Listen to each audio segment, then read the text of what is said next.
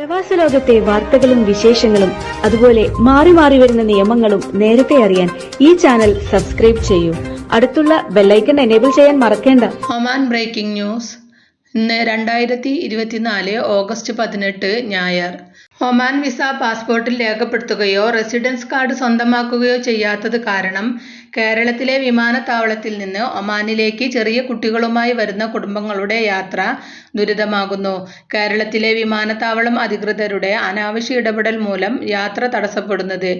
കണ്ണൂർ വിമാനത്താവളത്തിൽ ഇത് നിത്യസംഭവമാണ്. കോഴിക്കോട് നാദാപുരം പാറക്കടവ് സ്വദേശി ലിജേഷിനും കുടുംബത്തിനുമാണ് അവസാനമായി കണ്ണൂർ വിമാനത്താവളത്തിൽ നിന്നും ഈ ദുരനുഭവം ഉണ്ടായത്.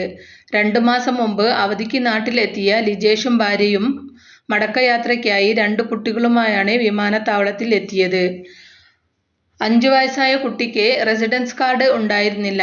കുട്ടികൾക്ക് ഒമാനിൽ നിശ്ചിത പ്രായം വരെ ID കാർഡ് നിർബന്ധമില്ല.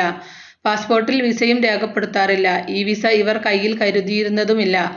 കാരണം 2 മാസം മുമ്പ് ഇതേ വിമാനത്താവളത്തിൽ ഇറങ്ങിയവരാണ് ഈ കുടുംബം.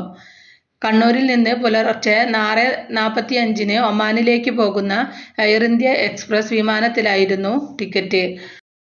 5 വയസ്സുള്ള കുട്ടിയെ കയറ്റിവിടാനാവില്ല എന്ന് തീർത്തു പറഞ്ഞപ്പോൾ ഒരു കുടുംബത്തിന്റെ യാത്ര അനിശ്ചിതത്തിൽ ആകുകയായിരുന്നു. ഒമാനിലെ ജോലി ചെയ്യുന്ന കമ്പനിയിൽ വിളിച്ചു കുട്ടിയുടെ വിസ വരുത്താൻ കമ്പനിയുടെ ഓഫീസ് തുറക്കണം. യാത്ര ചെയ്തില്ലെങ്കിൽ 4 ടിക്കറ്റിന്റെ തുക നഷ്ടമാകും. ഭാര്യയെയും കൊച്ചുകുട്ടിയെയും അതേ വിമാനത്തിൽ കയറ്റിവിട്ടു. അടുത്ത വിമാനത്താവളമായ കോഴിക്കോട്ടേക്ക് പുറപ്പെട്ടു. പോകുന്ന വഴി ഒമാനിൽ നിന്ന് കുട്ടിയുടെ വിസ വരുത്തിയിരുന്നു. വീണ്ടും ടിക്കറ്റ് എടുത്ത് ലിജേഷും കുട്ടിയും കോഴിക്കോട് വിമാനത്താവളത്തിൽ നിന്ന് ഒമാനിലേക്ക് പറന്നു. കണ്ണൂർ എയർപോർട്ടിൽ സമാന പ്രശ്നവുമായി 5 പേരടങ്ങുന്ന കുടുംബത്തിനും അന്നേ ദിവസം ഇതേ വിമാനത്തിൽ യാത്ര ചെയ്യാൻ സാധിച്ചിരുന്നില്ല. അവരുടെ കൂടെയുള്ള 4 വയസ്സായ കുട്ടികളുടെ വിസ പാസ്പോർട്ടിൽ രേഖപ്പെടുത്താത്തതാണ് കാരണം. വിസയും കയ്യിലുണ്ടായിരുന്നില്ല. യാത്ര മുടങ്ങുക വഴി ഭീമമായ ടിക്കറ്റ് തുകയാണ് യാത്രക്കാർക്ക് നഷ്ടമാകുന്നത്.